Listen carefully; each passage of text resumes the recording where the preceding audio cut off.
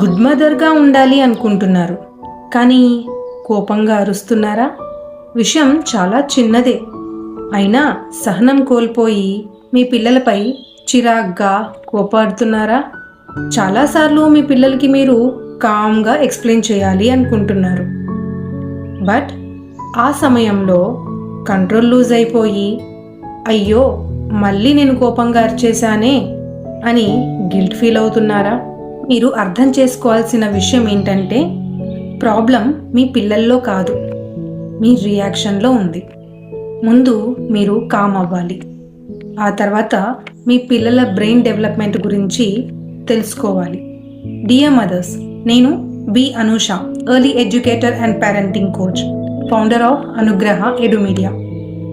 మీ పిల్లలపై మీరు చివరిగా ఏ విషయం పైన కోపడ్డారో కమెంట్ చేయండి.